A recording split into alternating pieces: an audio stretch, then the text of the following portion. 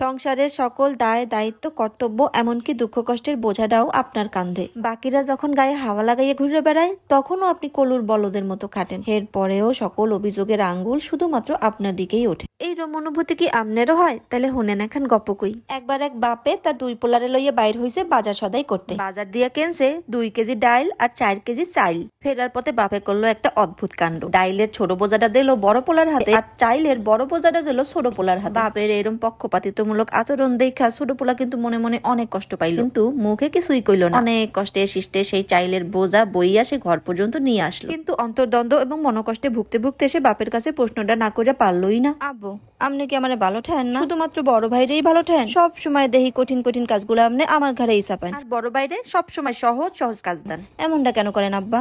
পোলার এরম প্রশ্ন শুন না বাপে তো প্রথম একগাল হাইসে লইলো, এরপর উত্তর দিল, শোনো বাবা, তোমরা দুইজনই আমার সন্তান, দুইজনেই আমার রক্ত, আমার 2 চোখের মনি। তোমাকে দুইজনরেই কোলে পিঠে করে আমি মানুষ করছি, তাই আমিই ভালো জানি তোমাকে মধ্যে কে কতটা সমর্থ, কে কতটা যোগ্য। তোমার বড় ভাইরে যদি ভারী বোঝাটা দিতাম সে মাঝ পথেই বোঝা নিয়ে বইয়ে পড়তো, ঘর পর্যন্ত আর আনতে পারতো না। কিন্তু তোমার উপর আমার পূর্ণ আস্থা ছিল। আমি জানতাম যত ভারী বোঝাই হোক তুমি ঠিকই বহন করতে পারবে, কারণ আমার সন্তানদের মধ্যে তুমিই সব থেকে যোগ্য, তুমিই সব থেকে সমর্থ। এই ছোট্ট গপ্পটা আসলে গভীর অর্থ বহন করে, আর এইটাই আমাকে সমাজের বাস্তব চিত্র। আপনি যত বেশি শক্ত, সমর্থ আর যোগ্য, আপনার কাঁধে কিন্তু ততই দায় দায়িত্ব ও কর্তব্য। তাই এখন হইতে অতিরিক্ত দায় দায়িত্ব আর কর্তব্যরে বোঝা বা দুঃখ মনে করেন না। মনে রাখবেন, এইটাই আপনার যোগ্য হওয়ার প্রমাণ, এইটাই আপনার গর্ব।